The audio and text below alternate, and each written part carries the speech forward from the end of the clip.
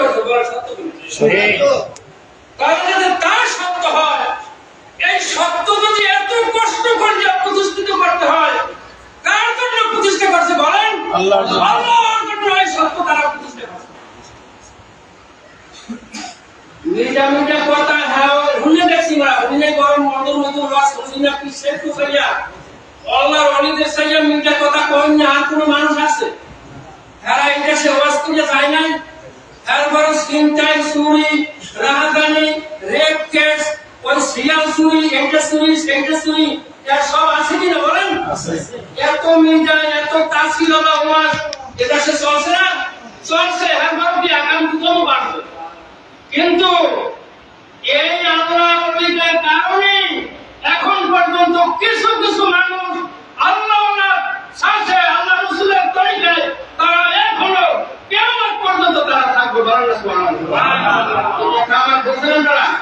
শুনুন আমার ভাইয়া, কথাটা হলো এই যে অলিরা এই সত্যকে প্রতিষ্ঠা করছে, আল্লাহ আমার বলছেন কোন মাস হবে তোমরা এই সত্যবাদীদের সাথী হয়ে যাও। বলেন না সুবহানাল্লাহ? এই কথাটা কার বলেন? আল্লাহ বলছেন তোমরা সত্যবাদীদের কি হয়ে যাও? সাথী হয়ে যাও। যারা আমরণ সংগ্রাম করিয়া মনে করছেন কি এই যে জলসা একশো চান্দা চায় আর চান্দা চাইলে জলসাটা হয়ে যায়। কথাটা খেয়াল করেন, চান্দা চাইলে জলসা কি হয়ে যায়। একটা জলসা আমরা নিজে একটু ম্যানেজ করতে দেন,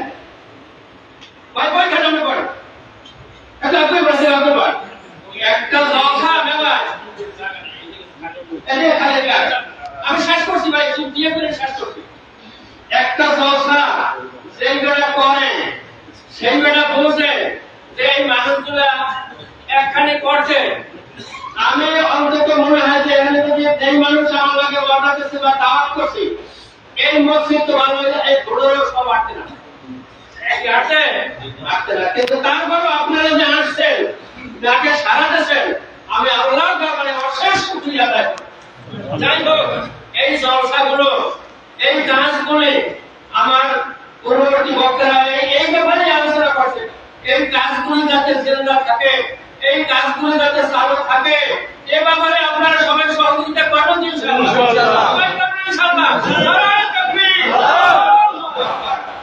আমরা যেন বীর মুজাহিদের মতো যত বাধা বিপদ যত বাধা আসবে তত আমরা সামনের দিকে এগিয়ে যাব, পিছনে পা দেব না। আপনাদের দোয়া চাই। আর আমার ছেলে আমার 3 জন না, আমার ভাই ছেলে 4 জন, গাইডের পর সবাই অনার্স। আমার এই এলাকায় বহু ছাত্র আছে, সব অনার্স মাস্টার এবং গাইডের পর।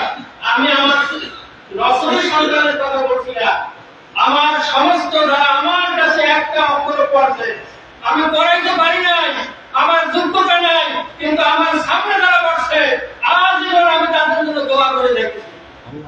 আর আমি আশা করি, আমার একটাই আশা, আমি একটা আশার জন্য শুধু এই কাজটা করি যে আমি কিচ্ছু করতে পারি নাই, আমি যে আমল করছি এই সঠিক যদি বিচার দেওয়া করে তাহলে আমার মাপ পাওয়ার কোনো আশা নেই। কাজেই আমি আমার এই বন্ধুরা, আমার দেশবাসী, আমার এই উসিলায় যদি তারা একটু দোয়া করে মরণের পরে হয়তো বাইরে উসিলে আমার একটু নাজাত দিতে পারে, এই নাজাতের জন্য আপনাদের মাঝে মাঝে কষ্ট দেয়, তাকলিফ দেয়, আপনাদের কাছে দৌড়াই যাই। অনেক ছাত্ররা অনেক সময় কাজে হুজুরই হোক পারে কেন, আমি এই কষ্টটা আপনাদের দেই, এই জন্য আপনারা কিছু মনে করবেন না। আল্লাহ তাআলা আমাদের সকলকে যেন জানবে সেই হাসরের ময়দানে, সেই হাসরের ময়দানে আল্লাহর বিচার যখন আরম্ভ হয়ে যাবে, সেই জায়গায় আমাদেরকে যেন 1 লাখ গর্বে তৈরিবার ধান রাখবা, সেই তলদেশে আমাদের একত্রিত করে আল্লাহ তাআলা আমাদের জন্য জান্নাত বাসী করেন, এই আশাবাদ আমি ব্যক্ত করি। আমার আলোচনা শেষ করছি। আপনারা কষ্ট পাইছেন, করতে অনেকে সহযোগিতা করছেন, আমি সকলের জন্য দোয়া করি। আর বিশেষ করে আমার হায়দার ভাই, যে হায়দার ভাই আমার সাথে যুক্ত হওয়ার পর থেকে এই এলাকার যত দোয়ার রান্না, যত মাহফিলের রান্না, এই শেষ রান্না করে আসতে বার করলো, সেই আমার ভাই। তিনি আমি ওখানে গেলে তার বাড়িতে না বসে আমরা কোনো সময় যাইতাম না, আর কি জানি একটা আমার হৃদয়ের মধ্যে ডাকতেছে, আমার অনেক বন্ধুরা বসে ওদের তার জন্য আমরা একটা দোয়ার অনুষ্ঠান করি। মনে হয় যেন আল্লাহ তাআলা তার দোয়া কবুল করছেন, আর এই অনুষ্ঠান কেন হবে? তাই তার জন্য দোয়া করবেন।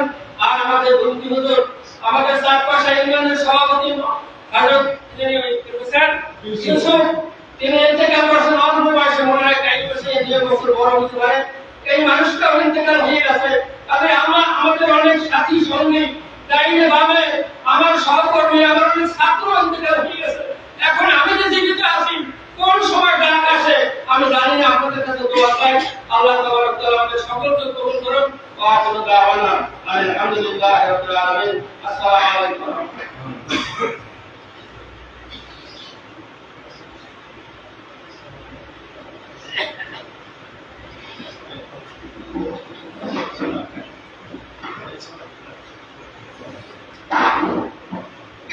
সম্মানিত উপস্থিতি, আমাদের অনুষ্ঠানের প্রায় শেষ পর্যায়ে এসে পৌঁছেছি।